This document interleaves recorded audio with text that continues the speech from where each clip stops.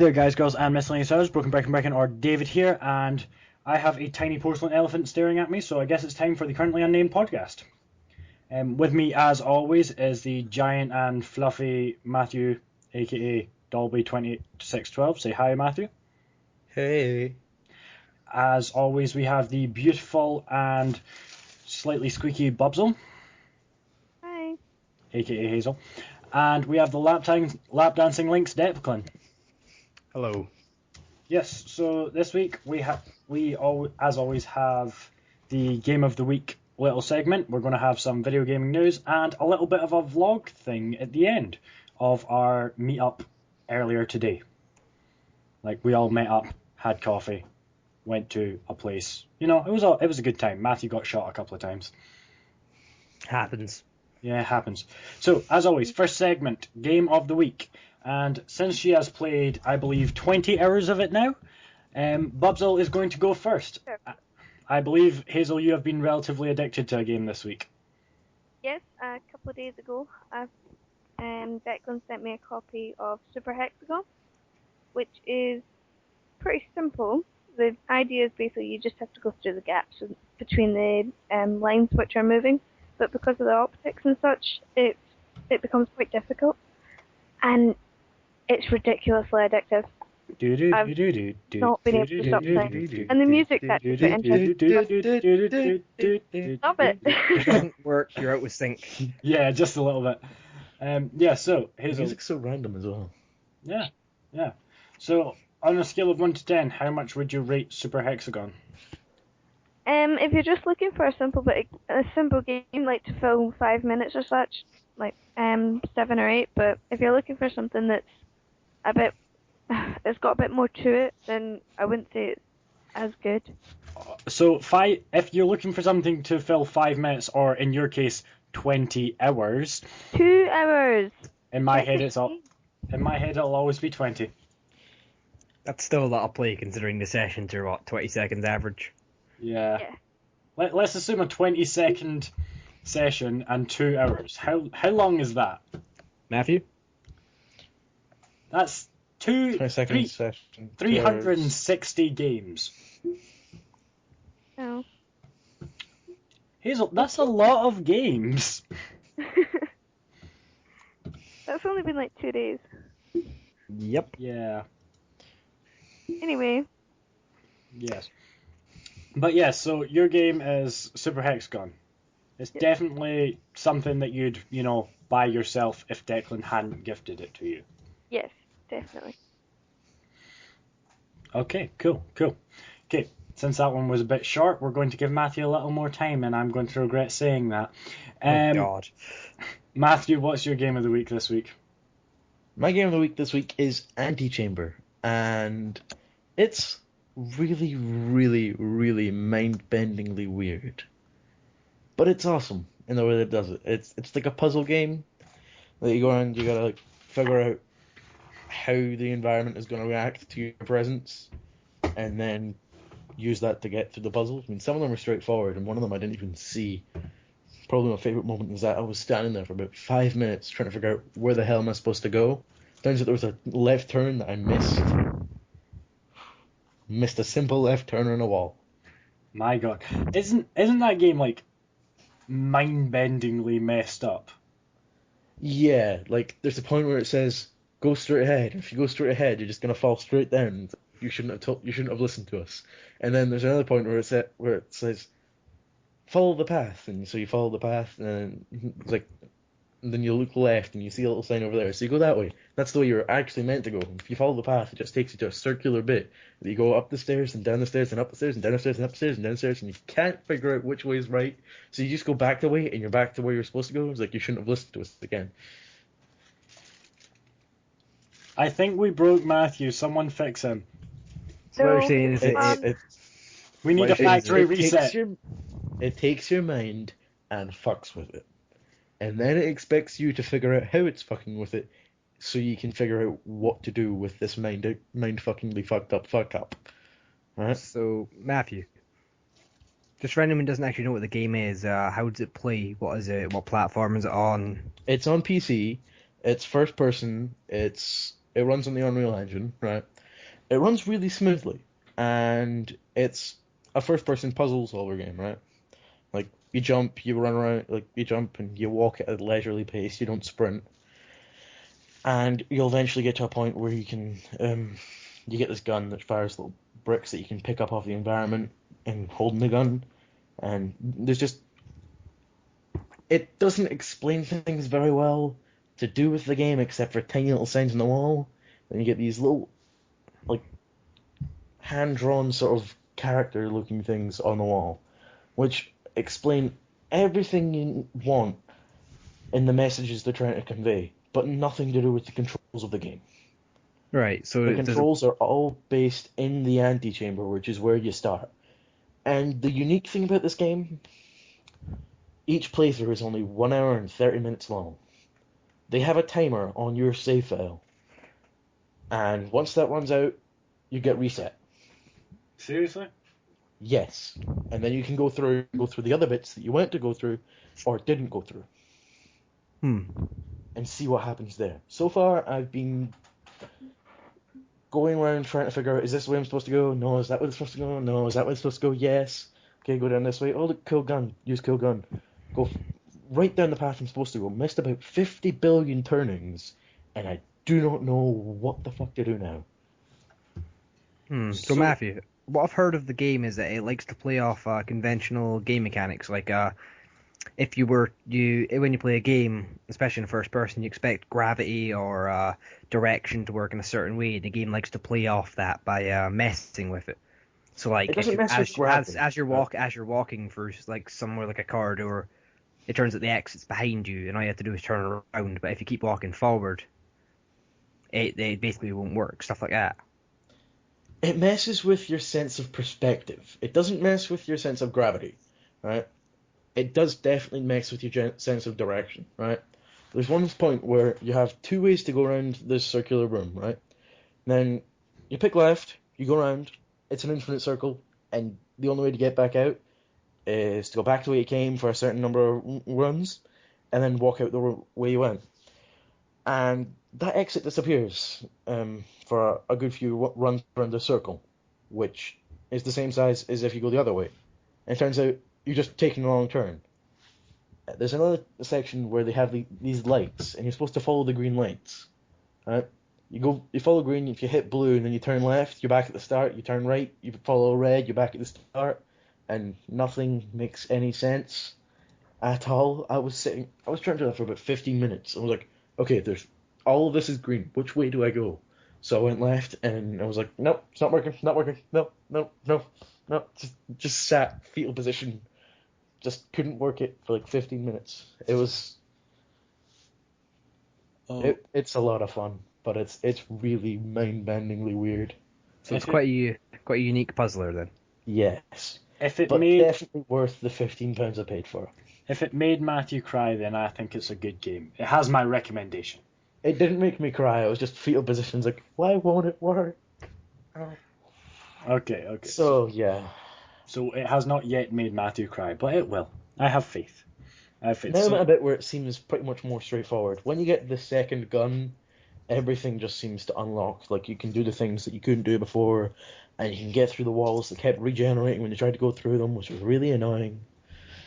Like you get the first gun you get allows you to remove one bit of a wall at a time, right? Like one little brick.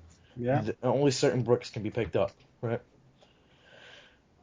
Then you get another ring for the gun, right? It's a green ring this time, and it allows you to like just absorb all of the ones in a certain area by just like doing like a drag and drop thing sort of thing. Right. Okay, so score out of 10.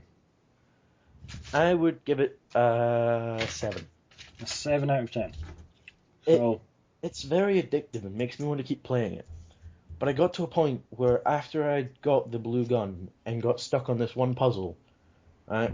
Because I broke it. I had to go back to the antechamber and do it again. Then I broke it again. Then I had to go back to the antechamber and do it again. Right? It kind of started pissing me off a bit. okay, fair enough. Okay, Declan, I believe your game of the week is one that everybody loves because of its previously very voluptuous main character, but now it's actually, a really, really good game. Yours is... Tomb Raider 2013, the reboot. I thought it was just a prequel. I don't think so. I think they're going to make a series out of this. Okay. And I don't see her suddenly sprouting 10 tit sizes. Fair enough. It can happen. I'm sure it can, Hazel. Yes. Anyway, this is Silicon injections. okay. As weird as that was, moving on back to Tomb Raider. This is the new Tomb Raider, as I said, reboot. I would definitely call it that, considering that they basically gave her a whole new backstory. She's still a Croft, and she's on her basically first archaeological expedition. Mm-hmm. As it's probably been revealed in the trailers and everything, she's been shipwrecked on an island, and on this island there are some odd tribesmen, and nobody can seem to escape the island by plane or boat or anything like that, and obviously you're trying to figure out how to get off the island, and obviously defeat the crazy tribesmen, because, well, they've got a bit mental and they're cultists. But anyway, the game, instead of playing like the old school Tomb Raider in the awkward third-person platforming early days where it just didn't really work very well, now it's much more of an Uncharted, scripted, linear, jumping puzzle sort of game. But I say linear in terms of level design, which it is, but it's a little more open than Uncharted in that you can, there's camps, like sort of base camps and bonfires that you can stop at, and fast travel between along this island where there's a bunch of collectibles and stuff like that, where you can go back and get them with later gear. Okay. You unlock, so like, say at one point you could get for a certain door in a level in the starting area. You might have to come back later with a special rope arrow you get later in the game that you can use to open these doors and stuff like that. Or certain puzzles they tease you with that you can't solve until later. See, something I always like in games is bows and arrows. So my main question about this entire game that I've wanted to ask since I first saw it, is the bow mechanics any good? They are very good. The bow is completely silent. There are several ammo types which are not unlocked really until late game. There are the standard bow. There's the bow and arrow, obviously, and then there's the regular arrow. You get something called a penetrating arrow. That's way later in the game, though. That sounds like Saints Row 3 has just invaded for a few seconds. They've basically just put a penetrate on an arrow. That would be amusing, but the game's a little too serious for that. PC gamers, mod that shit. They probably what it is basically you can just go for multiple enemies. It's not very exciting. Then there's a flame arrow, which is useful for environments, for sort of knocking down nets to get to loot or solving puzzles, stuff like that. And then there's explosive arrows, which obviously explode, and fire arrows, which sort of spread out in the area of effect. And then there's also rope arrows, which are used to basically any object wrapped in rope, and I don't know why they chose objects wrapped in rope that can only be attached to rope arrows. But they can be sort of set up as zip lines to traverse areas. That sounds kind of awesome. Yeah, it's quite interesting, although it's kind of like there's only certain locations you can ever really do it. So explain the game to me as if I was a 5-year-old. Alright, it's a third-person cover-based shooter, though the cover is actually kind of more dynamic. Like, you just sort of walk up, and as you're near a wall, if there's enemies nearby, What 5-year-olds do you know? You sort of lean around it. 5-year-olds are very complicated. Yes, you know very complicated 5-year-olds. Yes. Okay, score out of 10. Score out of 10. Had some problems with narrative and character development, so I'll probably go with about a solid 7 for the gameplay. Okay, lots of 7s this week. What are the problems with what are your problems with the character development? Okay, and when the opening scene, she kills a person, okay? It's very simple. There's these annoying quick-time events that I just won't bother going into. Okay. Their quick-time events are annoying, but once you do one of them, you shoot someone in the face, and she gets all panicky because she's never done that before. Yeah. And it's pretty gruesome. And then she's all, oh my god, what have I done? It's a bit like the whole Jason Brody thing in Far Cry 3. Yeah. Then you proceed to kill 200 guys. Like, at the achievement by the end of the game on Steam said I'd killed about 500 guys total. And that's a lot of people I've killed. And then every time there's a cutscene, and she's anywhere near another character, she suddenly becomes this vulnerable person who can't handle death, or she becomes this idiot. Like at one point, she sneaks you fight your way into this compound, yeah, Yeah. and do it as stealthily as possible. You get in there. She has a bow and arrow, an automatic rifle, a shotgun, a pistol. Comes across a big group of guys, and instead of doing the logical thing, which would be to save her friend, start just mowing down the guys with a machine gun, she pulls out her bow, kills one of them, gets tackled to the ground, and gets a shit beat out of her. Another time is another main character dies, and she just sits there and cries her eyes out. Bit of And jumpy character development, to say the least. lets the other character start shooting them with 2 pistols and gets a hatchet in the back, and it's really stupid in the cutscenes. Okay, so character development definitely not great.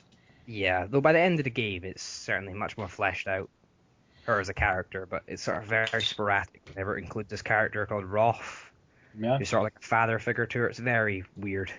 Okay, fair enough. Okay, and finally we get onto my game of the week, which is, one of the most common games on the planet, but it's still awesome, and I've only just started getting good at it. My game of the week is Dark Souls. Now, for the 2 of you who don't know, Dark Souls is a action RPG, dark fantasy kind of thing. That is I knew that, but anyway. Yeah, that is widely regarded as one of the most difficult games of the past 10 years, easily. Well, It's a very difficult game, is my point. I want to be the guy then. That's just not fair. That's death. That's death incarnate. Anyway. But yeah, Dark Souls.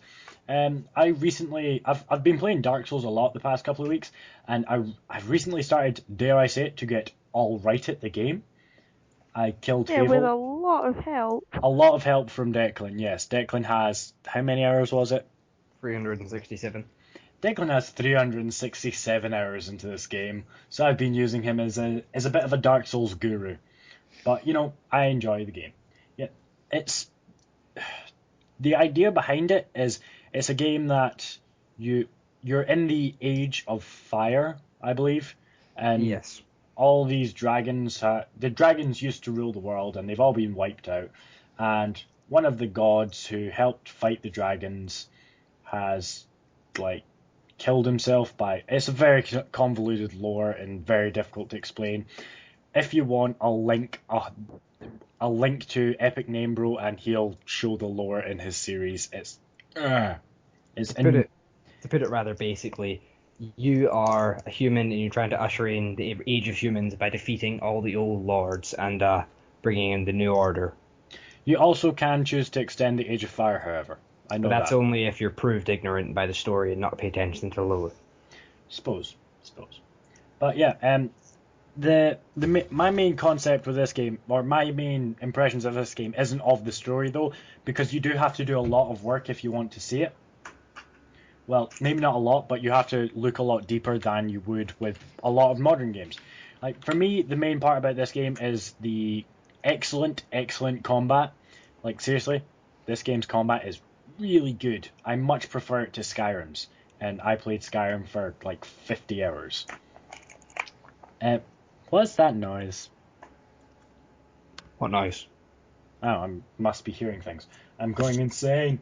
But yeah, Dark Souls, the combat is amazing.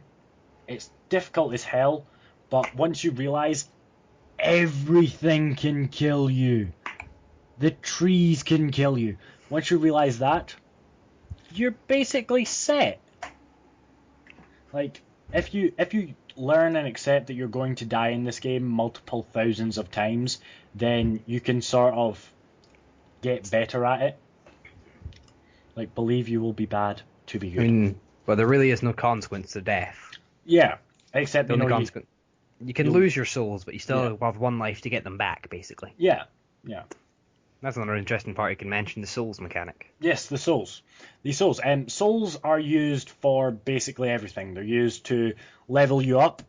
They're used to... What? They're used as currency, aren't they? Yeah, they're used to level you up. They're used to buy things. They're used to upgrade your weapons. Repair your weapons. Repair your weapons. Souls are basically... I can't think of anything in the real world that does all that. Yeah, they're kind of more important than money, even. Yeah. I've never really seen anyone level up, but I have. You'd be surprised. Yeah, But pretty yeah, crazy. another interesting mechanic in this game is the humanity mechanic.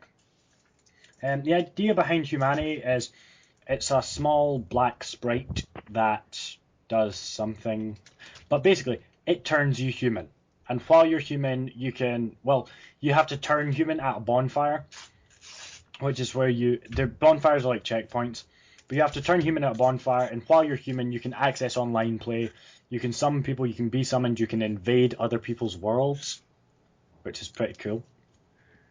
It's a fairly cool mechanic being able to invade people's worlds, but that's only if you have like cracked red eye orbs, and they're relatively difficult to come by. Yes, there's some rather deep covenant mechanics which you need to seek out, fulfill the requirements, and join if you want to do some of the sort of end game player versus player mechanics. Well, yeah, there's some really interesting mechanics in this game. Personally, I find it to be awesome. I think another great thing about it, I know I've basically only been saying good things, but there are a couple of bad things which I'll mention in a minute. Another awesome thing about it is the musical score. Like, honestly, every song in that game completely fits the mood to where it is. Like, if you're in the middle of a boss fight, you will have an epic orchestral score accompanying you. So as you murder a boss, you'll be doing it and feeling awesome doing it. That's one thing you didn't mention was the boss fights. Yes, the boss fights. The boss fights are tough as shit. They're very, very tough. Think they're better than Crisis 3's boss fights. Matthew, Just mildly. Just mildly. Matthew, don't get onto Crisis 3. Just don't. But yeah, they're very difficult boss fights. Each of them seems to have a sort of... I don't want to say gimmick, because they don't have a gimmick. Each of them has special mechanics that you've got to do. Like with the Moonlight Butterfly, you can, unless you're a ranged character, you can only attack it while it's attached to the bridge. There are some boss fights that are purely gimmick based, which the developers actually apologized for. One of them is called Bed of Chaos. This boss you cannot actually attack directly. You gotta do this. It's a very bad boss fight in the game. Okay. It's a very broken boss fight, but that's probably the only example. Yes, but as good as this game is, it is not without its flaws, as every game is. It could tutorialize better. I understand that the entire point of the game is that it's very difficult. However, if you're a really new player dying constantly, it would be useful to have some sort of tutorial or some way to, be told what you're doing wrong, which I feel isn't done great in this game. And yeah, it doesn't even tell you how to do like parries, blocks, ripostes, rolls, anything like that are really important to gameplay. It does tell you, but only in these small little... And some stuff it doesn't even, like the whole stamina bar does not explain anything about that whatsoever. It doesn't even acknowledge it, and that's probably your most important thing in the game. Yeah, the stats are something that is very badly explained in my opinion. So basically my main problem with this is it could tutorialize better. Like, as much as I enjoy the game, I needed a guru who's done 367 hours in the game to really be able to get into it properly. And I feel they really did that well because I've played Demon Souls. Yeah, I feel that could alienate some of the player base. Like, some of the player base, you might play it for a bit, enjoy it, and then die constantly, and because they don't know that you have to roll out of range of a particular attack because they're not sure how to roll, or they repeatedly try and get to an item and they jump, or rather they repeatedly try and get to an item, they can't jump and they fall to their death because it doesn't explain jumping very well at all. But yeah, that's really my only complaint about it right now. But I have only got 20 hours into the game, so I'm not entirely sure. But yeah, overall, I'd give this game a solid 8 out of 10. However, that might change. It probably won't, because 8 is a good score. So yeah. So, Hazel, your game of the week was... Super Hexagon. Super Hexagon. That's a adorable mental game. That's all I'll say on that. It costs £2 on Steam. Yeah, it costs £2. Seriously, Or I think 70p on iOS. it costs £2 on Steam, you know, it's worth it. Matthew, your game of the week was Antechamber. Antechamber, and how much is that? Is a mental. Basically, we've all chosen mental games this week except Declan. Well, Declan's is a bit mental, but yeah, we've all chose a bit of crazy games. Antechamber is a mental puzzler that will kill your mind. It's £15 on Steam, slightly more expensive than Hazel's game, but you know, still something that you might be wanting to check out if you're in for an hour and a half of just killing your brain. Declan, yours was Tomb Raider. Yes, and it is mental. You do shoot samurais with shotguns at one point. Yeah, But I won't get into that. It's a full price game. You might find it in maybe Asda in a couple of weeks' time for £20. Don't know. But it's currently £30 on Steam or your regional equivalent. Yeah, Tomb Raider, bit gory, bit mental. All overall, very good game though. I didn't mention actually, yeah, the death animations. If you fuck up any kind of quick time event, very gory deaths. Yeah. Like spearing your neck or being strangled to death, or just overall very gory. Yes. And my game of the week this week is Dark Souls. Excellent game, very difficult. If you can get into it, then definitely worth the £30 Steam is charging for it. Well, if you go to most retailers, it's £20 with the DLC edition. Most retailers it is a lot cheaper though, because it's also on Xbox 360 and PS3. But yeah, the Steam And PC.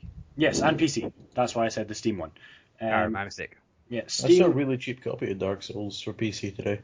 Oh, cool. It's the Prepare to Die edition as well. It was on the 2 for £25 deal at Game. Yeah. Nice. Well, Dark Souls Prepare to Die edition, 2 for £25 at Game, apparently. Though if you do, did a little disclaimer, if you do get the PC edition, you will want to have a 360 controller or software to use the DualShock 3 for it, because it doesn't control particularly well on PC.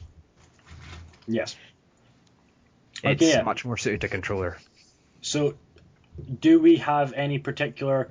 Overall, does everyone like any of the games more than the rest, or is it basically just a tie? Super Hexagon. Super Hexagon, probably. Yeah, I'm thinking Super Hexagon has the win this week, because... we've all been playing that. Yeah. We've been competing for the best scores. It's so competitive. We've started up a small score attack that, you know, we're not... I think currently Matthew's winning on Hexagon. Yeah, I beat Hexagon. I've unlocked a hyper mode for Hexagon. I think So I'm winning Declan... Hexagon. Declan's winning Hexagoner and Hexagonist, I think. Now, what's your score on Hexagonist, Declan? 918. We're tied, but I got there first. 952 on iOS. I don't believe you. It doesn't count. I posted a pic to David. I remember that actually. That was a couple of days ago. But it doesn't count unless it's on the PC, because we can actually corroborate scores there. Yeah, Yes. so do that shit on Steam, Matthew. yeah. Hope you guys have enjoyed this segment. We're going to... Also, another thing about Super Hexagon, we actually gave a copy of that out to someone in the community. Yeah. It was a very nice thing that we did for, I think it was Peter. So shout out to that guy. He knows who he is. Got a free copy of it. Yeah. Shout out on the podcast. We might link his Twitter just so you can be all like, well, lucky you. I'd like to say technically you got it from me. Well, to be fair, I did give you a game that was worth more than Okay, what you paid anyway. Anyway, Yes, that's this the is point. shenanigans. Okay, yeah, we hope you enjoyed this particular segment. We're going to take a short break. For you guys, it'll be about 30 seconds at most. I hope you enjoyed Have the fun music. listening to some kick-ass music. Yeah. Also, any music shown or played in this podcast, I will link to in the description. It's all Available on OC Remix. all from ocremix.com. Awesome site, awesome music. We'll talk to you later.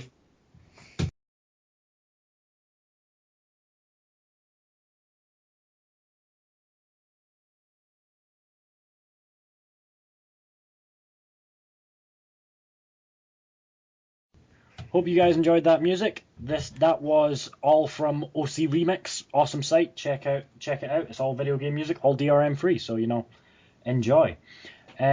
what we're going to be talking about now is a bit of video game news, because everybody loves video game news. Yeah, everybody loves a bit of video game news. First off, we've got Hazel with some WoW news, because apparently there's a new patch out, or a new patch going to be out. Actually, it's not new. The Landfall patch was released in November last year, but it's the newest expansion since the release of Mists of Pandaria. So it's 5.1. And it's not really interesting patch because it's not got any new capability for like the players as such. It's just a expansion on the storyline, which I'm pretty sure you won't even see when you're playing the game because it's literally going to take up about an hour of gameplay to go through any quest that could possibly be involved in this. It's basically reintroducing the idea between conflict between Horde and Alliance since they went to Pandaria, and it's based around one of the Mogu artifacts, which is one of the factions which is involved in Pandaria. It's just a little bit of interesting storyline for anyone that's really into the game, but I wouldn't say it affects the majority of players very much. And why are the Horde and the Alliance pissed off at each other now? They're bitchy people. They're on their periods. The Easier Garrosh to say.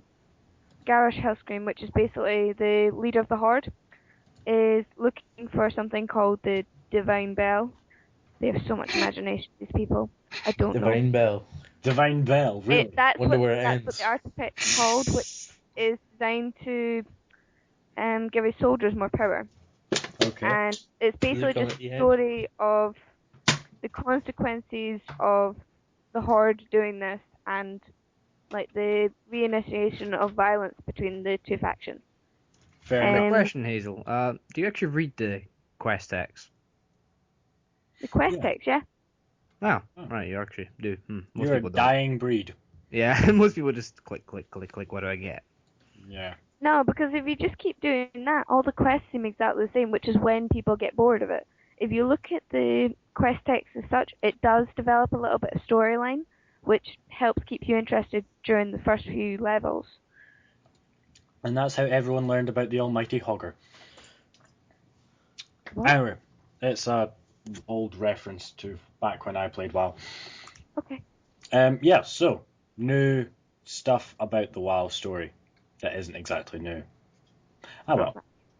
Anyway, okay, now, since he begged for it this week and I was bored, we're going to have Matthew's MOBA Minute again. So I have a timer set in front of my eyes, and when I say go, Matthew will have 1 minute to give us whatever MOBA news he can. And when I tell him to stop, he has to stop. And he gets no more. Okay, so, ready? Yes. Okay, 3, 2, 1, go! So, guys, remember last time I talked about Zack the secret weapon? Well, he's now available as of Friday just there. And there's a special weapon Zack bundle for the special weapon Zack skin. And the cool thing about him is he has spikes coming from his ultimate, which deals a lot more damage and rips through the enemies like they're butter. It's awesome. Now, we're going to talk about my favorite character in League of Legends, Garen, Spin to Win, right? For Demacia and all that shit, right? He is by far my favorite character. I always just tank top with Garen, just judgment and Demacian justice on anyone who's low. He's just so overpowered, it's unbelievable. And his only negative thing is cooldowns just fuck him up. So really, he's one of the best characters if you're new to the game, and even if you're an experienced player, he's still really good. Okay, so that was Matthew's MOBA Minute. He talked about basically a new character that he mentioned last week has been released, and he likes a particular character in League of Legends. That's what I got from that. I also talked about how they released the special weapons act. Yes, they released that too. Okay, yes. Now, that was Matthew's beloved MOBA Minute. He'll probably get it again next week if he whines enough. Okay, he will. He probably will. There's no if there.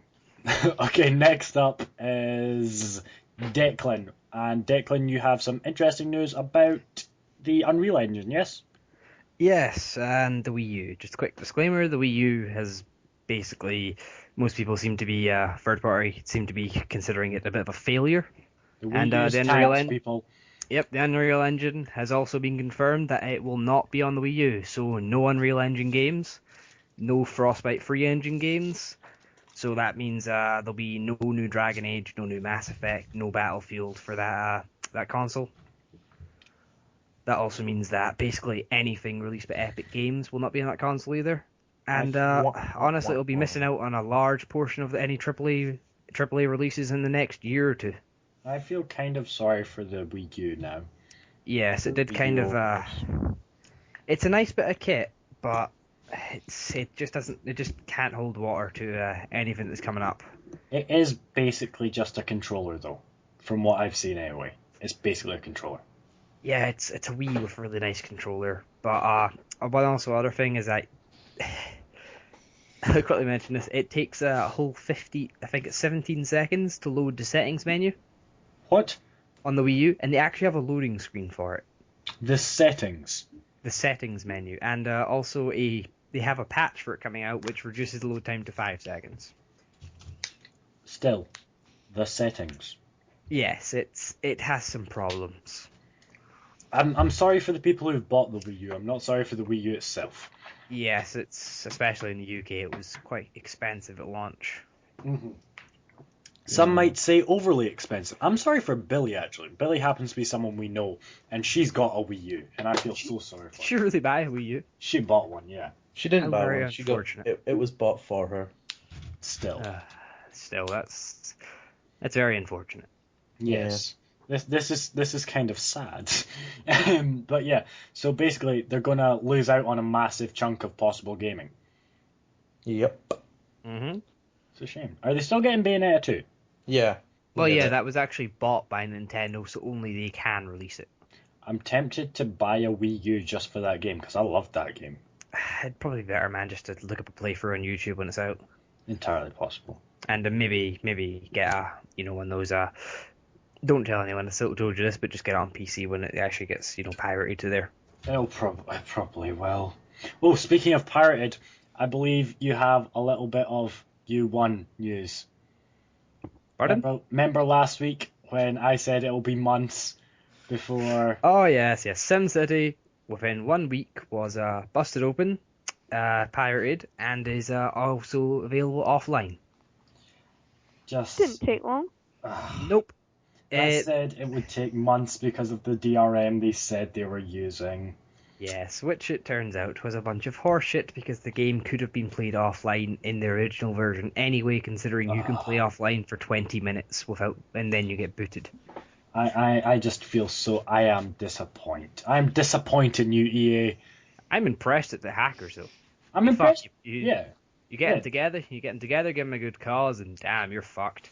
Wasn't it one guy who did it? No. Or am I thinking of something else? Probably.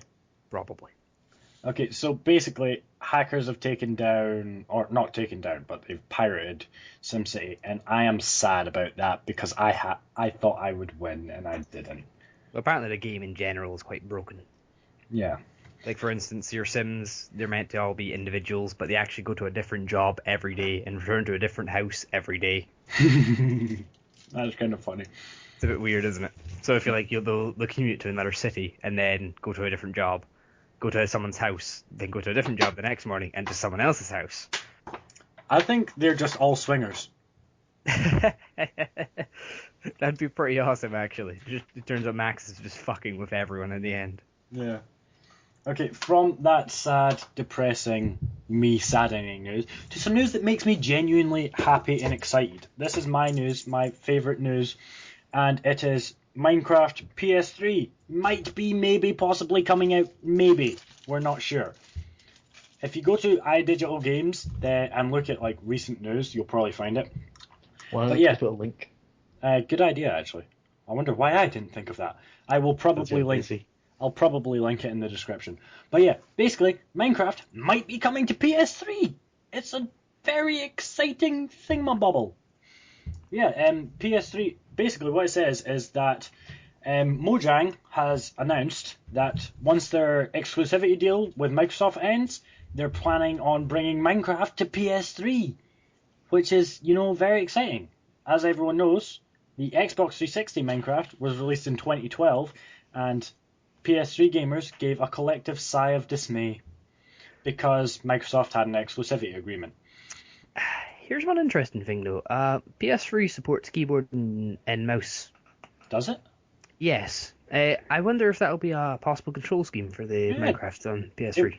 It's definitely interesting to hypothesize at the very least. And I'm also wondering if it will release the latest 360 version of the console Minecraft, or if it will just be some sort of heavily modified version of the PC version, specifically for PS3.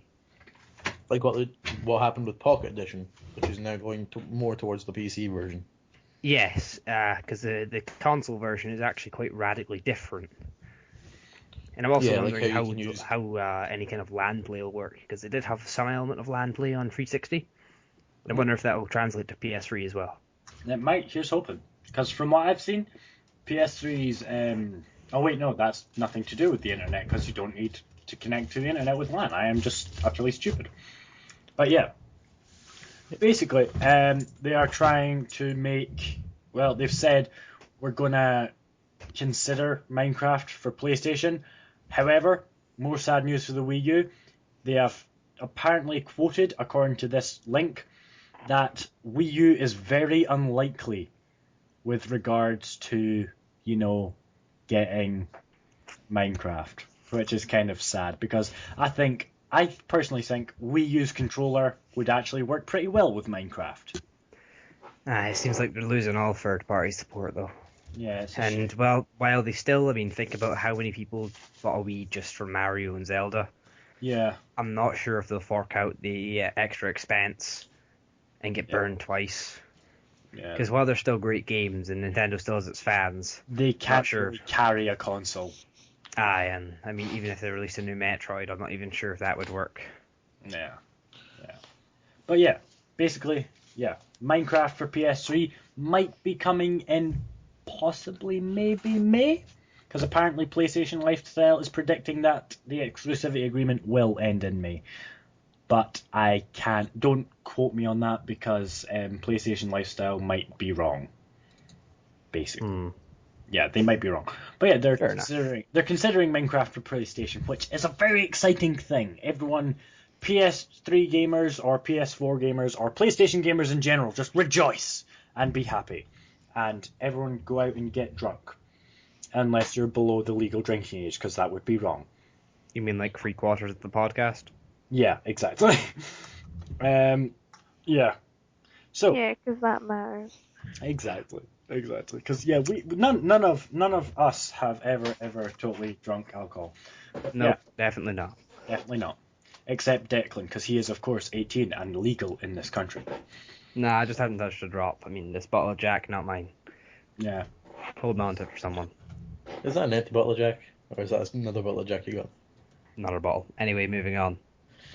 Anyway, moving on. No one's business. I'm going to regret giving him a second segment, but Matthew, you apparently have some actual news not related to MOBAs that you were dying to have us let you say. So here's some sad news for those Metal Gear fans out there. You know David Hayter, who does the voice for Snake and Big Boss and all those guys and all the Snake people, except for like Liquid and Solid. There are Snake people? Yeah, Liquid, Snake, and Solid is Snake. I thought you meant there was some sort of Snake race. Snake people would be cool. That would, but anyway. Well, David Hayter is not being asked to do anything for Metal Gear Solid 5, and has in fact been confirmed that he has been dropped as the voice for anything in Metal Gear Solid 5. Yeah, just tears in everyone's eyes. Well, considering how old Snake was in 4, how would he sound in 5? 5 is based... 5... I'm pretty sure 5's based earlier than that. Matthew, this is a segue basically to sort of include the announcement of MGS5 in here. Yeah, this is for MGS5. Yes, this is just sort of trying to include that here. Well, yeah, MGS5 was also announced this week. So Who good hasn't known news. that? Who hasn't known that's happening? And more good news. Ishmael, the guy who helped Snake up in the gameplay trailer, is being voiced by Kiefer Sutherland. So you'll see some people being choked with cordless phones and whatnot. I recognise the name Kiefer Sutherland. That's Jack Bauer. 24, Jack Bauer. I don't He's watch also for. he's also in Touch, and wasn't he in that film Phone Booth, the one with the sniper aimed at the phone booth? I know that one. Yeah. He's the really psychopathic one. Alright, I know who you're talking about. Okay, so Metal Gear Solid 5's been announced, and David Hayter's not there. David Hayter yes, is and, no longer the voice for Snake. That is the saddest thing I've ever read. That's just so very I sad. was You lead a very sad life, Matthew. Yes. heartbroken. Or he must Honestly, heartbroken. he must lead a very happy life if the fact that one guy not getting a job is the saddest thing he's ever heard. No, Good point, actually. This is the end of an era. He Yep. he voices Snake in every game, and now he's gone. I mean, it's a sad day for us all. Did he voice him in Metal Gear Tactics? Every Metal Gear Solid game ever. Okay. Did you not hear the bit where I said Metal Gear Solid? He said Metal Gear, actually. But anyway, I actually It's made like that up. commentary. There's no no voices Metal Gear in- Tactics. There's no voice in Metal Gear 1 or Metal Gear 2 either. So he hasn't done it in every Metal Gear Solid game. I said Metal Gear Solid, not Metal Gear. Please, commenters, confirm or deny Matthew's egregious statement, and then yell at him for it. Please yell at him. Please. Every Metal Gear Solid game. Anyway, I'm going to re-listen to this part of the podcast and then prove Matthew either right or wrong. Because I think he said every Metal Gear game first. I think he did as well. Yeah, Now, No, if I said every Metal Gear game, then that would include Metal Gear Rising, and that's just the steaming pile of shit that no one wants to touch. I dude, like it's a Metal Gear great Rising. game. I No, really enjoy- no. It should not be called Metal Gear Rising. Okay, guys, leave it for the next segment. No. Leave it for the next It should not be segment. Metal Gear. Okay, All right. Not right. Gonna quickly make one mention. yeah, sure. Okay, if you guys want to go back by the time this podcast is released, there are quite a number of excellent April Fool's Day jokes played by many game developers and publishers all over your gaming news sites. Stuff like Guild Wars 2 making a whole 16-bit Minecraft clone. It's because they actually released that to the people who pre-ordered. Yeah, Yeah, they released it today for the people who pre-ordered Guild Wars 2. Like Stuff like- pre-ordered and prepaid. stuff like fake title art for Far Cry 3 DLC, stuff like We that. don't know if that's fake yet, because that was No, released I think, for- Matthew, I really do for- think that the rip-off of the movie Predator, like poster, is a joke. Okay, I yeah, very I'll much, I give you very that. much doubt The- that that's The box art does look a bit fake, but I don't think the name of that is fake at all. I think mean- we'll just have to wait and find out. There's no point arguing about it when we don't know. It has been like classified, it's been rated by both Australian and Brazilian classification boards. I'll I agree with doubt Hazel they here, would've gone Matthew. that Enough far. with the conjecture. Yeah. No one would actually go that far for a gag. Did you hear me? Did you hear us, Matthew? Yes, Enough of the conjecture. We can move on. David, please do some podcast leading. Okay, guys, that's it for this segment. Next segment's going to be an argument. Yes, we're going to have an argument as the next segment because we couldn't think of a third one. Another one. But yeah, the third segment of this game is going to be an argument about an as of yet unknown topic because I think we just found one. I think it should be about I think Metal it Gear should- Rising being a I terrible think game. it should be about Metal Gear. Yeah, so Oh fuck. I'm thinking the I'm next gonna win. the next argument will be about Metal Gear, and as always, we're going to take a little bit of a break. For you guys, 10, 15 seconds, up at most 30. For us, probably about a few minutes. And, enjoy the music.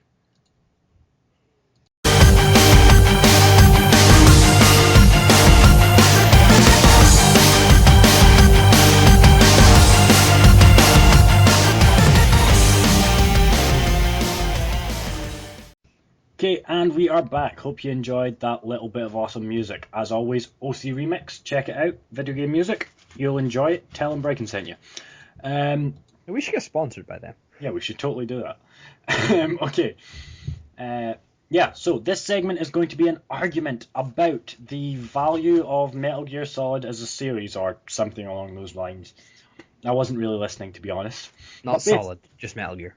Just Metal Gear, right? But basically, Declan feels that Metal Gear is a steaming pile of shite, and Matthew praises it with every breath he takes. And thus, they're going to argue about it. I'm going to be a mediator. They'll have a maximum of 13 minutes to argue, and you guys can decide in the comments who won, basically. You know, it's your own choice. Also, one rule, no talking over each other. Yeah, you can't talk over each other. If you talk over each other, then I will shout at you, because I'm the mediator, and what I say goes. Okay, I'm going to give you a 30-minute timer, and Declan, basically, you can start now. Okay, the Metal Gear games originally started as a very, very basic series of stealth-based 2D adventure games, basically.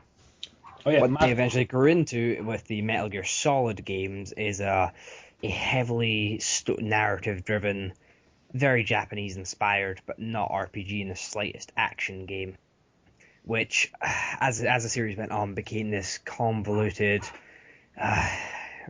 really incredulous and just utterly ridiculous series of games that try and take themselves seriously and just fall flat at every turn, including the gameplay, which they try and make up with these glitzy cutscenes, which really, if I want to see a movie, I'd rather watch something else, especially something with a coherent narrative. Fair enough. Matthew, rebuttal. The gameplay is amazing. How can you say that the gameplay falls flat? It doesn't. It plays great, with the exception of Metal Gear Rising, which plays terribly. No, it doesn't. Yeah, it does. From the demo I played at Eurogamer, I hated that game. The parry system is broken, and I could not fight for shit with that stupid sword. Hey, guess what? It's supposed to be a stealth game. It is a stealth action game. So where does that sword and hack and slash come into a stealth game series? Metal Gear, not Metal Gear Solid. I know. That's why I refuse to accept Metal Gear Solid Metal Gear games or Rising stealth. No, Matthew. Matthew, you're talking Solid over. Games or stealth espionage games, yeah? So action espionage games. I think that's what the subtitle is. Can you look at the box art? I'm not sure. Or do you not have it handy? Because I have Metal Gear Solid 4 here. Here we go. Metal Gear Solid 4, Guns of the Patriots. Tactical espionage action. Okay. Okay, so the Metal Gear Solid games are primarily based around this stealth aspect, the stealth action aspect, right? The action is utterly terrible. If you ever try and engage in combat in those games, you're better just reloading. And that really goes to show the warts in the gameplay, and the fact that if you fuck up, you might as well just restart, because the whole level is just going to be fucked, and you're not going to get the experience. Now, how can you tell me that's a complete game? Matthew? The game is supposed to be a stealth game. If you get caught and you end up having to make a giant dick up of everything you've done, to that point, it being stealthy, how can you keep calling that supposed to be a stealth point in that game? That's when you know you're supposed to restart from checkpoint, because you fucked up. That's a basic point of video games. If you fuck up and die, you go back and don't fuck up again. But Matthew, even the Thief games, lauded as the best stealth games ever made, you could still fuck up and still continue playing. If you pulled it out. But Metal Gear Solid, if you fire one loud bullet, oh god, every enemy in the map now knows where you are and you're fucked. No. That was my experience with 4. Metal Gear Solid 2 and Metal Gear Solid 3, that does not happen. Metal Gear Solid 4 is more combat oriented than the other ones are. That doesn't happen at all in those, in Metal Gear Solid 4.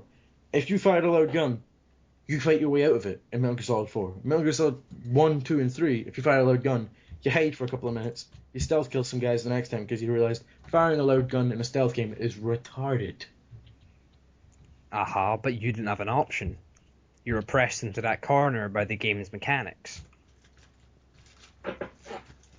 There is never a point where you have to fire a loud gun, except for when you are carrying one specific character in Metal Gear Solid 3, where you are using a loud pistol or any other loud weapon at that point, because your silenced weapon is going to do you no good at that point, unless you put her down in a corner, right?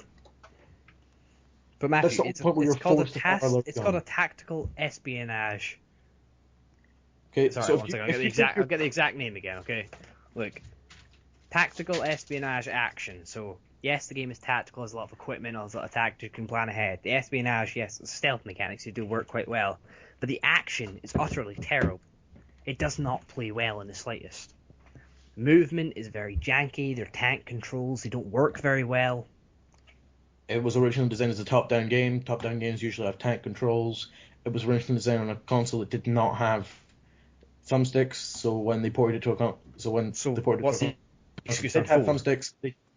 On 4 is not that good a game. I'll give you 4 is pretty bad. It's mainly cutscenes compared to gameplay that you play that game for. So it's free. The story behind them is great, right? 3 is not that bad. 3 is great, actually, right? 3's long, 3's controls are better than what MGS 1's were, and the survival mechanics in Metal Gear Solid 3 are very, very fun, right? They completely changed the way that you have to play the game. You gotta make sure you get enough food, things like that, otherwise you're more likely to get caught, you make more noise, your stomach growls, things like that. You can be heard because of these things. Instead of it just being walk around, hide behind a corner, meh, meh, meh. Right? But Matthew, that's purely the stealth. What happens when everything goes to shit? When everything goes to shit in Metal Gear Solid 3, you have an absolute massive arsenal of weapons. Right? But they were never effective. You could never really fight your way out of a situation. It could never play properly. There was auto-target aiming. If you pull out a gun, you instantly tag onto a guy and then you just release it to fire. How can you not get out of a situation like that? And if there's more than one guy, you're dead. There's more than one guy, you're not dead. You know what you do? You use the fucking AK like every other person. Or Say you again? use I missed that. the AK, the M60, all these like fucking automatic weapons that were really powerful and killed everything that moved. Those were guns you used when you got stuck in a corner. So why didn't you choose those at all times during the game? Because that ruins the game. So what was the point in sneaking around then? The point of sneaking around is because you don't get a lot of ammo for those big guns. So if you waste it all like a twat, right, then you get stuck at those points where I've alerted people, I'm out of ammo, oh shit, right? That's when you're stuck and you're going to end up getting killed, right? If you're running around like a twat, right? But then if the stealth mechanics break, which they were shit in the previous games, I'll give you that, I'll tell you that, they really were, Matthew. They're not shit in Metal Gear Solid 1, 2, and 3. There's no real detection system. There is. The Metal Gear Solid detection system was great in Metal Gear Solid 2 and 3. Yes, it was. How did it work? Did it work off a hearing basis? Did it work off a line of sight basis that actually made sense to a human? They have hearing based, line of sight based, and they have if they notice that something's different in the environment, they investigate it. Right? That's when they go into caution. But it never worked properly. I'd like to point out the other people that are there, and if they don't respond, they go into caution. David, what are you saying? Just pointing out, Mark of the Ninja had a better stealth detection system than Metal Gear Solid. Mark of the Ninja, you can shoot out the lights and jump over people. That isn't a stealth system. That's shoot out the lights and jump over people. Actually, you can't. Most of the time, you don't have anywhere to go once you're on top of a light. But Mark the Ninja was just adding it. Anyway. Yeah, Mark of the Ninja's got a lot more. I don't think you've played very much that game. But anyway, we're not talking about Mark of the Ninja. Metal Gear Solid. But anyway. Yeah. Back to Matthew, Revengeance, okay? That game has a stealth mechanic, okay? And much like Metal Gear Solid itself, yeah? It pretty much did a shit-ass stealth mechanic, yeah? And went full balls in the action. So whereas Metal Gear Solid went full focus on this... Not Matthew, listen. Metal Gear Solid went full focus on the stealth. and threw the action to the wayside, where the action was almost unplayable. Metal Gear Rising has an almost unplayable stealth mechanic, in which if you do a stealth kill, it still involves doing a triple front flip, slicing the guy in half, making really loud noises. As opposed to the action where you do the exact same thing, but except in the action, it actually makes sense. As a fluid melee combat system, it works very intuitively with the control scheme. It works very well, and it doesn't have a really it doesn't take itself too seriously. Unlike the Metal Gear Solid games, which the narrative takes itself way the fuck too seriously. Want to know why Metal Gear Rising doesn't take itself seriously? Because it isn't a game that anyone should take seriously. It's a game that says it's set based on the MGS universe. It isn't based in the MGS universe. It's an entirely spin-off game. You don't need to reference that in a Metal Gear conversation like this. We're talking about Metal Gear canonical games. Metal Gear Rising is not a canonical game. Okay? It is. It's not it wasn't published by the same studio. It is not a Metal Gear game. I'm sorry, but the reason how they get to call it a Metal Gear game makes no sense. It was just Platinum bought that up. So don't go saying Matthew, that's not basing true. your argument off the stealth element in there. No. Just no. Hideo Kojima wrote up the character from. Platinum did the game. Right? Matthew, so can you listen to me for a second? It's supposed to be a stealth game, but they changed that to a hack and slash. Sorry, that's not that at all. Right? Matthew. No. Let me finish my point. There's no point going going on. on. The previous games works, okay? Metal Gear Rising is a hack and slash game. There's the stealth in that, of course it doesn't work. And yes, you jump over people and you stab them, you make a bunch of loud noises in a game that isn't developed by Hideo Kojima, is not published by Konami, it's Platinum Games. Matthew. Different name on the box. Matthew, the game is canon. The game is not canon. Matthew, the game's story was written by Kojima. Yes, but it's based on the universe, not based in the universe. It is not canon. It is canon. I'm sorry, it's not canon. Look it up, it's canon. Anyone says it's canon is lying. Matthew, the Metal Gear Wiki says it's canon. Kojima said it's canon. It does actually see here that it's a canon game. You know, right. If it was a canon game, then you'd think it would say it's based in the Metal Gear Solid universe. Where are you getting this? It says it isn't. It says it on the box. Does it? Yes. It's on the box. Metal Gear Rising Revengeance box. Let's see. On the front of the box it says nothing about anything. It literally says the title on the front of the box. And finding a photo of the back of the box is surprisingly difficult. Metal Gear Rising back of. But Matthew, the important thing is the game was originally developed in Kojima Studios, yeah.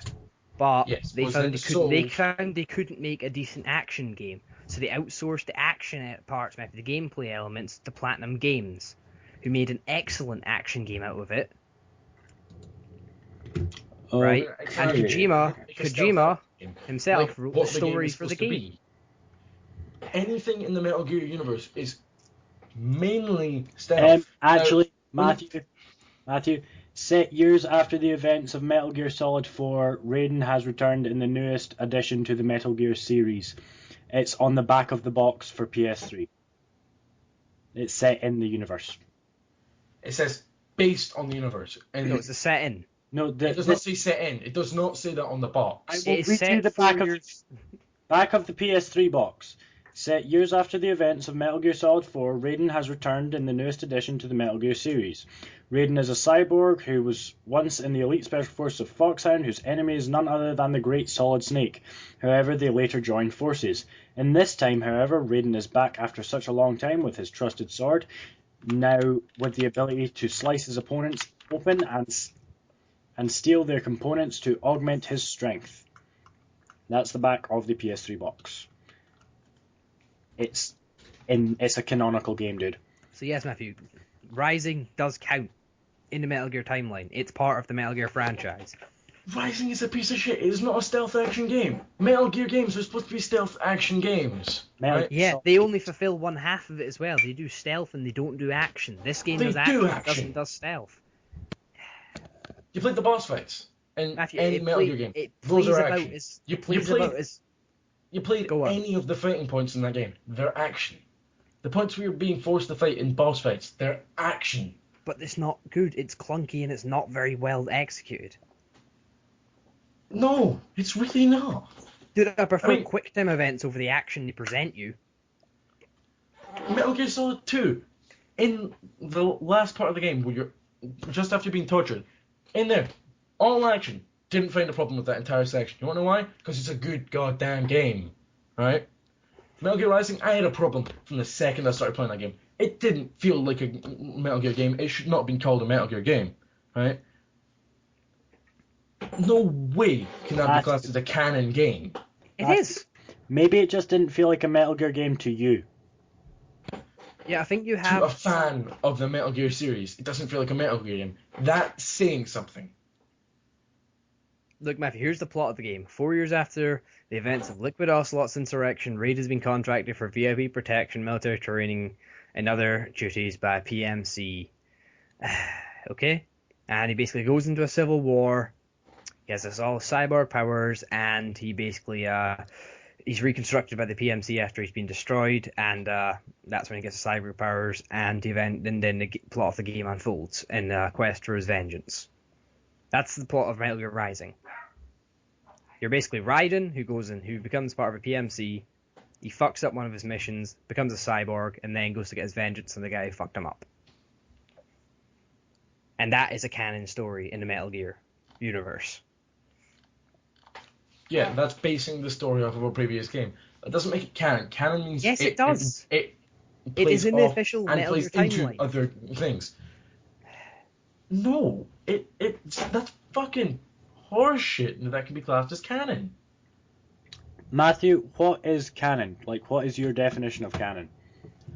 My definition of canon is it makes sense in the story. It affects the main story. It doesn't affect the main story at all. Define canonical. Okay, well, the adject... All it does is affect a side story about how he became about him getting his revenge for being a cyborg. That's it. Well, the definition of canon as a noun is a general law, rule, principle, or criterion by which something is judged,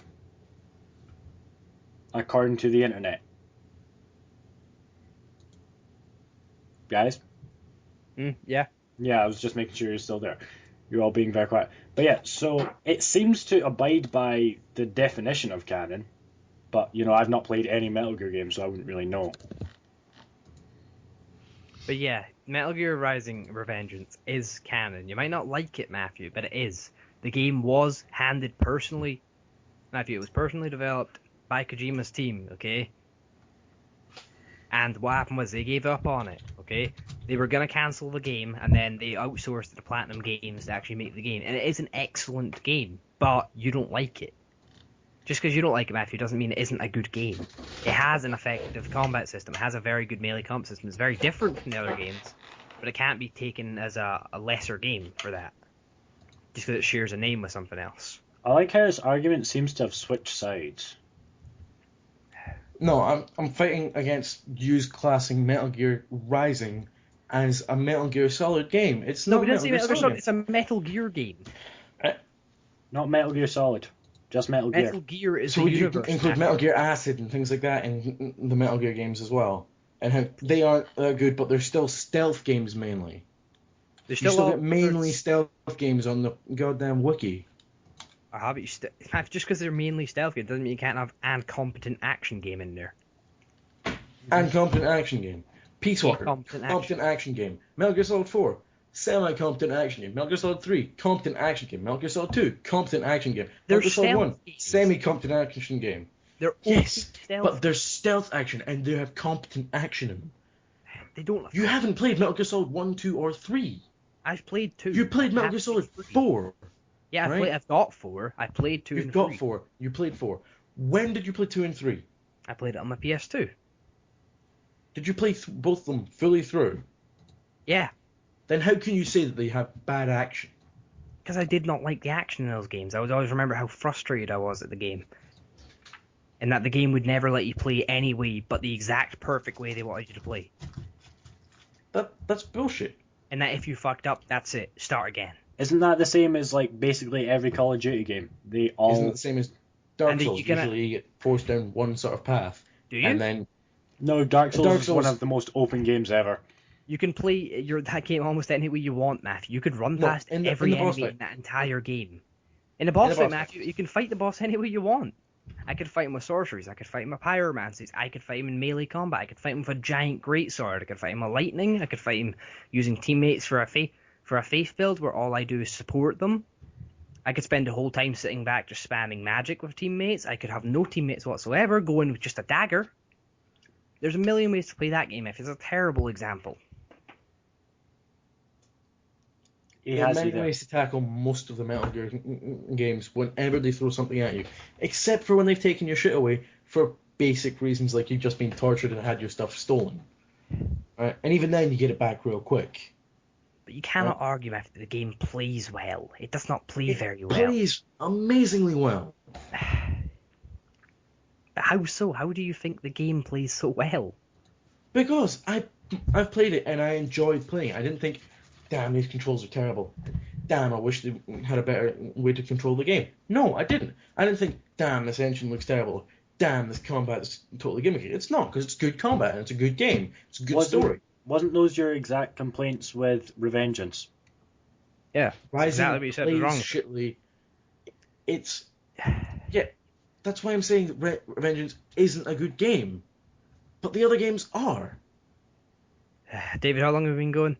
You guys have been arguing for 20 minutes, 45 seconds. Right.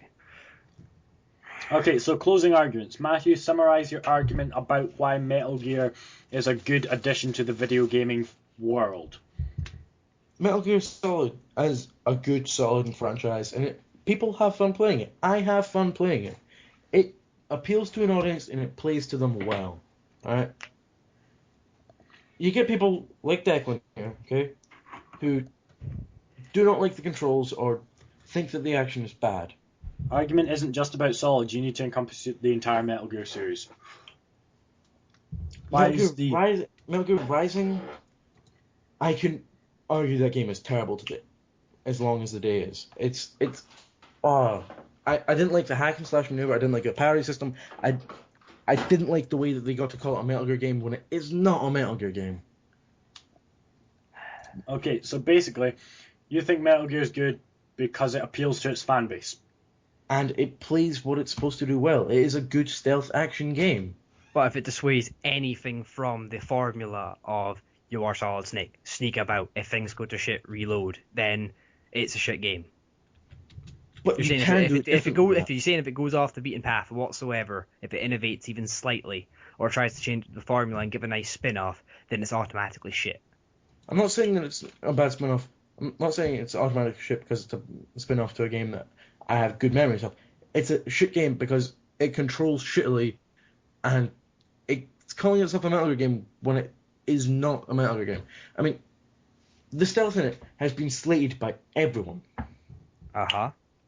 Just like And the how it action is slated by everyone in the Metal Gear Solid games. Metal Gear Solid games, I love the action in that game. Right? Yeah, you do, but Matthew, you like the fucking boss fights in Deus Ex. And damn, everyone if you don't says like the they boss fights in Deus stink. Ex, you can typhoon them, right? Okay, and it's just I like the way you can Matthew, just fight them differently. because you That's just can the way I pass like them using a cheap mechanic doesn't make them any less egregious. Right? I like Just it- because I small fucking games. can You're- cheese the bed of We're chaos in talking Dark about Metal Souls doesn't Gear- make it an Metal any Gear. less shit boss fight. We're talking about Metal Gear games here, not my opinions on Deus Ex boss fights, right? Yeah, The so reason why I like that Deus Ex boss fights was because I enjoyed fighting those bosses. Even if they were hard, I still managed to beat them. And I only typhooned one of the bosses. I felt cheap after doing it and didn't do it again. Right? But anyway, I feel that the Metal Gear Solid games have lived out their life and they don't deserve a fifth game. They The do game deserve is it. the game, Matthew. The game is less focused on game every title they release. It's not a competent game. It's not well put together. They have this ridiculous idea, like comic books, of trying to string together narratives, string together universe stories, and try and keep this all in one big, all-encompassing, what's it called? Begins with a C. I don't know what you're trying to work out. You know, like when comics all try and come together to like form a coherent narrative together. A collaboration. No, not quite that. No shit, I can't remember the word now. It'll come back to me, but basically, Metal Gear Solid. Really, I'm gonna punch on this a lot. It really is more cutscene than game, and the cutscenes are better than the damn game. Because when you play the game segments, all you're doing is trying to get to the next cutscene. That's the only part that's interesting. I quite enjoyed the little funny bits inside of it. I quite enjoy actually playing the game, and the cutscenes are a good part of the game. I barely find any flaws with the Metal Gear games. I find the story. So you think Metal Gear Solid really is well. flawless? I don't say it's flawless. I say I find very few flaws with it. I find very few flaws with it. People like you find multiple flaws in it. Right? It's just people viewing the game differently. Right? It's a difference of opinions. Yeah, and I don't think it warrants. The canon games, excluding Metal Gear Rising as a canon game, right? It's a canon game, but anyway. Okay, they have a coherent story, right? Metal Gear Solid 3 being a prequel, and then the other games, it goes Metal Gear Solid 3, Peace Walker, Ground Zeroes, MGS 5, MG2, MGS, MGS2, and MGS 4. That's the way it goes, right? And you can follow the storylines perfectly through them. There's no way that you can find a problem with the way those work. The story is easy to follow through them. No, it's not, Matthew. Boss, it's constantly lauded as being overly convoluted, being this ridiculous mishmash of crap that is barely strung together with these overly... basically these cutscenes that are the only thing holding the thing together like duct tape. I mean, could you imagine, Matthew, would the MGS games be competent games that didn't have the cutscenes? Can you honestly tell me that? Story of a game. Is it? That's the way they convey their story, the majority of their story. So it takes away that. So it just means that if they were to make you're all a different character going through a different environment, engine, Matthew, different guy. If they were to make it in engine instead of having these long drawn out pre-rendered CG cutscenes.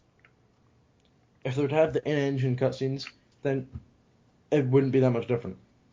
Yes, it would. It'd be very different. Because it would just be a mediocre game with crappy stealth mechanics and bad action. It doesn't have crappy stealth mechanics. The stealth mechanics work excellently.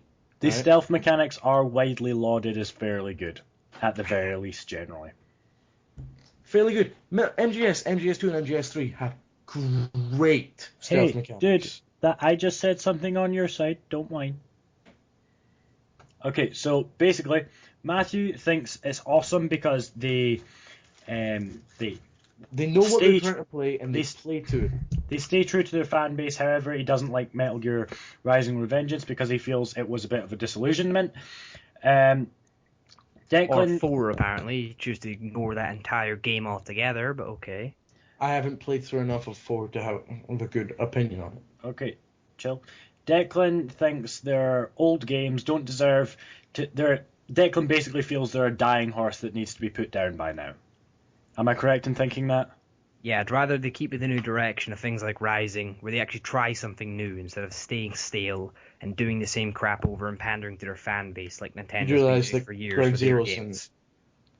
Ground Zeroes and MGS5 are doing something different. They're having an open world game instead of it being just a little bit more linear than what it was before. And like MGS2 and MGS3, they were a little bit have a little bit of exploration, but they were pretty linear. MGS1 was pretty linear, but Ground Zeroes and MGS5 are open world games. Where does it say that? Because the only thing it said earlier was that the games have been announced. Ground Zeroes has open world gameplay structure. Okay. Contrary to the previous Metal Gear titles being more cinematic. Okay, guys, you literally have 1 minute and 15 seconds to finish your And argument. that was for Ground Zeroes, and for MGS5. Contrary to the previous Metal Gear titles being more cinematic, Metal Gear Solid 5 has an open world gameplay structure. You say that like it completely invalidates his argument, which it doesn't. He's saying that they're not trying something new, but they're giving you more freedom to do what in that open world, to go around and do what you want in that open world. No, he's saying he hopes they continue to try things new. He's saying they hope to continue to try new things like they did in Revengeance. That's not trying a new thing. That's here. It's a completely different game, not the game that you want to get. It's a completely different game and should not be called Metal Gear. It's Dude, still a I'm Metal Gear game. You still have to accept that, Matthew. It's a canonical Metal Gear game made and condoned and lauded as a good game by the guy who created Metal Gear. He's got you there. But since we have 15 seconds left on the timer, I'm going to close up. Hope you guys have enjoyed this little rambly argument thing. This is the point where you decide who you agree with. Basically, do you agree that Metal Gear is true to its fan base and it's awesome when it does the sort of thing it does in Metal Gear Solid, or do you think it's a dying breed, needs to change to continue to remain relevant to the public? I hope you've enjoyed the argument.